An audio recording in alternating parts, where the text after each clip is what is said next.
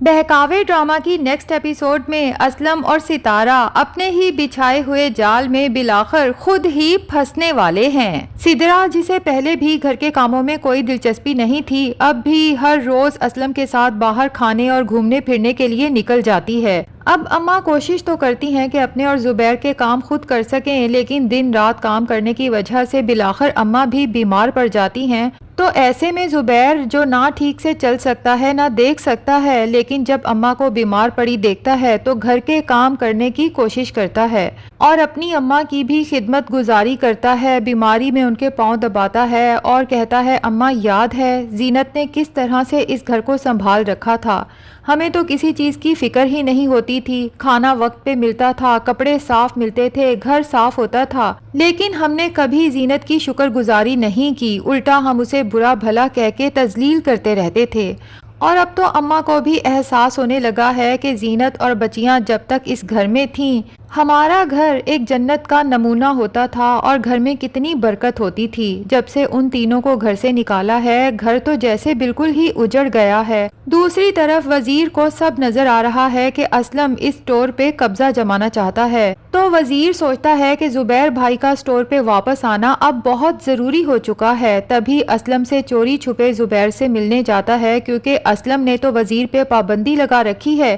کہ میں نے اگر تمہیں دوبارہ زبیر کے گھر کی طرف جاتے دیکھا تو تمہاری ٹانگیں توڑوا دوں گا۔ بہرحال وزیر زبیر کو بتا دیتا ہے کہ اسلم کس طرح ہر آنے جانے والے کے سامنے خود کو سٹور کا مالک ظاہر کرتا ہے، اور اب تو سٹور کو مال سے بھی بھر دیا ہے، جبکہ آپ سے اس بارے میں کوئی مشورہ لینا تک پسند نہیں کیا۔ اور پھر زبیر سے جھجکتے ہوئے کہتا ہے کہ ایک اور بات بھی کرنی ہے زبیر بھائی، جس پہ زبیر کہتا ہے کہ وزیر ہچکچاؤ نہیں، جو کہنا ہے کھل کے کہو۔ تو وزیر کہتا ہے، یہ ٹھیک ہے زبیر بھائی کہ اسلم اور سدرا باجی کی منگنی ہو چکی ہے، لیکن جس طرح سے سدرا باجی روز اسلم کے ساتھ باہر گھومتی پھرتی ہیں، اب محلے والے باتیں کرنے لگے ہیں۔ آپ پلیز سدرا باجی کو کنٹرول کریں یا پھر ان کی جلدی رخصتی کر دیں۔ ویسے سچ کہوں تو اسلم جیسے آدمی کا سدرا باجی کے ساتھ رشتہ جوڑ کے آپ لوگوں نے ٹھیک نہیں کیا، کیونکہ مجھے کچھ اچھے آثار نظر نہیں آ رہے۔ زبیر وزیر سے کہتا ہے کہ اس سب کے لیے میرا ٹھیک ہونا بہت ضروری ہے، اور اب تو میں پوری کوشش بھی کر رہا ہوں، لیکن تم سے یہی درخواست ہے کہ جب تک میں مکمل طور پہ ٹھیک نہیں ہو جاتا تم سٹور چھوڑ کے نہیں جاؤ گے۔ وزیر زبیر سے کہتا ہے کہ میں اسلم کی ہر بدتمیزی اسی لیے تو برداشت کر لیتا ہوں زبیر بھائی، کیونکہ اسلم تو یہی چاہتا ہے کہ میں سٹور چھوڑ جاؤں اور آپ تک خبریں پہنچانے والا کوئی نہ رہے، لیکن آپ بے فکر ہو جائیں، میں سٹور چھوڑ کے کہیں جانے والا نہیں ہوں۔ اب اسلم جب زبیر کے گھر جاتا ہے اور اسے بغیر کسی سہارے کے اپنے کمرے سے باہر آتے ہوئے دیکھتا ہے اور اپنے چھوٹے موٹے کام خود کرتے ہوئے دیکھتا ہے، تو کافی پریشان ہو جاتا ہے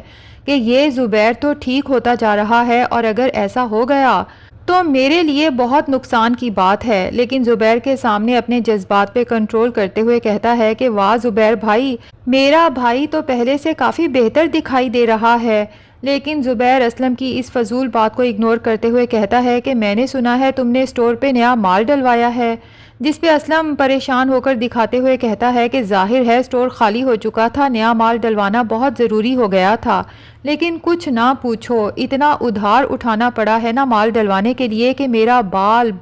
ادھار میں جکڑا جا چکا ہے۔ جس پہ زبیر کہتا ہے کہ ٹھیک ہے، کل سارے کھاتے لے آنا، ذرا میں بھی تو دیکھوں کہ تم نے کس کس سے کتنا ادھار لیا ہے۔ اس پہ تو اسلم ایک دم سے بوچھنکا سا ہو کے اماں کی طرف دیکھتا ہے کہ شاید وہی میری فیور میں کچھ بولیں گی، لیکن اماں تو سنی انسنی کر کے ادھر ادھر دیکھنے لگتی ہیں، جبکہ اسلم تو اس لیے پریشان ہے کہ اس نے تو کہیں سے ادھار اٹھایا ہی نہیں، بلکہ اماں کے ہی تو کنگن اور بالیاں بیچ کے دکان پہ نیا مال ڈلوایا ہے، اور وہ بھی یہ سوچ کے کہ زبیر نے تو ساری زندگی اپاہج ہی رہنا ہے اور اس سٹور پہ اب میرا قبضہ ہونے والا ہے۔ تبھی وہاں سے نکلتا ہے تو سوچتا ہے کہ مجھے جلد سے جلد کچھ ایسا پلان کرنا ہوگا کہ جب تک یہ سٹور میرے نام نہیں ہو جاتا زبیر کی زبان بند رہے اور زبیر اتنی جلدی صحت یاب بھی نہ ہو۔ تبھی اسلم زبیر کے لیے کچھ سلیپنگ پلز خرید لیتا ہے اور جا کے سدرا کو تھما دیتا ہے کہ تم نے روز دوائیوں کے ساتھ زبیر کو یہ گولیاں بھی کھلانی ہیں۔ سدرا تو کافی پریشان ہو جاتی ہے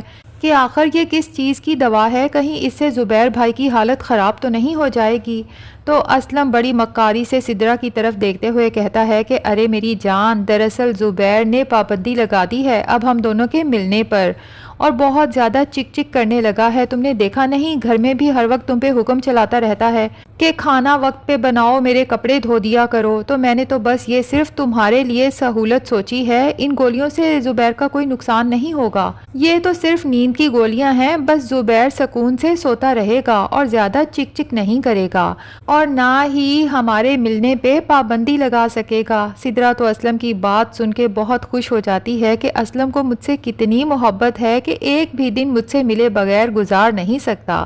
اور زبیر کو وہ گولیاں دینے کے لیے تیار ہو جاتی ہے۔ ادھر ستارہ اپنے چچا چچی کے خراب حالات دیکھ کے سوچتی ہے کہ یہاں رہنے کا تو کوئی فائدہ نہیں، مجھے کسی طرح سے زبیر کے گھر واپس جانا ہوگا اور اسے یقین دلانا ہوگا کہ میں نے اس کے دودھ میں زہر نہیں ملایا تھا، بلکہ یہ سارا کام جہانگیر کا تھا، اور پھر جہانگیر مجھے بلیک میل کر کے اپنے ساتھ لے گیا، لیکن جیسے ہی میں نے سنا کہ تم زندہ ہو، تمہیں کچھ نہیں ہوا، تو میں اپنے دل کے ہاتھوں مجبور ہو کے واپس آ گئی۔ لیکن ستارہ کی یہ بہت بڑی بھول ہے، دراصل اس کی کم بختی اسے زبیر کے گھر واپس لے کے جا رہی ہے، کیونکہ زبیر کے دل میں ستارہ کے لیے جو نفرت اور بدلے کی آگ جل رہی ہے، وہ دل ہی دل میں دعا کرتا ہے کہ یا اللہ ایک دفعہ یہ ستارہ کسی طرح سے میرے سامنے آ جائے، اس کے بعد اس کا ایسا حشر کروں گا کہ ساری زندگی کسی کو دھوکہ دینے کے قابل نہیں رہے گی۔ اب ستارہ جب تیار شیار ہو کے زبیر سے ملنے کے لیے گھر سے نکلنے لگتی ہے تو اس کی چچی دیکھ کے کافی حیران ہو جاتی ہیں اور کہتی ہیں کہ ستارہ، آج بہت عرصے بعد تم اپنے پرانے روپ میں واپس آئی ہو، خیریت تو ہے؟ جس پہ ستارہ بڑی چالاکی سے چچی کو دیکھتے ہوئے کہتی ہے کہ بس ایک منصوبے پہ کام کرنے جا رہی ہوں، دعا کیجئے گا کہ کامیابی ملے۔ چچی کو کیوریوسٹی ہوتی ہے تو ستارہ فائنلی بتا ہی دیتی ہے کہ دراصل میں زبیر سے ملنے جا رہی ہوں، اور ستارہ جیسے ہی زبیر کے گھر میں انٹر ہوتی ہے، اماں اور سدرا تو اسے دیکھ کے ہکا بکا رہ جاتی ہیں، جبکہ ستارہ وہیں سے مگر مچھ کے آنسو بہاتے ہوئے روتے ہوئے زبیر کی طرف لپکتی ہے کہ زبیر یہ آپ کے ساتھ کیا ہوا؟ کس نے کیا میرے زبیر کا یہ حال؟ جبکہ سدرا وہیں سے چیختی ہے کہ مکار عورت، تو ہی تو میرے بھائی کو زہر دے کے گئی تھی اور اب یہاں پہ مگر مچھ کے آنسو بہانے واپس آ گئی۔ جبکہ زبیر سدرا سے اور اماں سے کہتا ہے کہ ستارہ کو کوئی کچھ نہیں کہے گا، کیونکہ وہ یہی چاہتا ہے کہ کہیں اب ستارہ ہاتھوں سے نکل نہ جائے، یوں تو اسے سزا دینی مشکل ہو جائے گی۔ ستارہ تو بہت خوش ہو جاتی ہے کہ زبیر کے دل میں آج بھی میری محبت ویسے کی ویسی زندہ ہے۔ تبھی زبیر کا بازو پکڑ کے کہتی ہے کہ زبیر، مجھے پتا ہے آپ مجھ سے بہت محبت کرتے ہیں، میں آپ کو ساری بات بتاؤں گی، یقین کریں کہ میرا کوئی قصور نہیں، مجھے تو اس جہانگیر نے پھنسایا تھا۔ زبیر کہتا ہے ستارہ، تمہاری ساری کہانی سنوں گا، تم آرام سے بیٹھو، میں ذرا ابھی آیا۔ تبھی اپنے کمرے میں جاتا ہے اور کسی طرح سے پولیس اسٹیشن کال کر کے انہیں فوراً گھر بلواتا ہے اور ستارہ کو اریسٹ کروانے کا پلان بناتا ہے۔ اب لگتا تو یہی ہے کہ جیسے ہی پولیس ستارہ کو اریسٹ کرنے آئے گی، ساتھ ہی زبیر اسے سب کی موجودگی میں طلاق بھی دے دے گا۔ اس ستارہ کا تو ویسے یہی انجام ہونا چاہیے، جبکہ دوسری طرف زینت جب اپنی بچیوں کو دیکھتی ہے کہ وہ اپنے باپ کو یاد کر رہی ہیں تو سوچتی ہے کہ میں اپنی بچیوں کے لیے سب کچھ کر بھی لوں تب بھی ان کے باپ کی کمی کو پورا نہیں کر سکتی، اور پھر فیصلہ کر لیتی ہے کہ اب مجھے زبیر سے ملنا ہوگا۔ ویسے بھی شجاع زبیر کی حالت کے بارے میں تو زینت کو بتا ہی چکا ہے،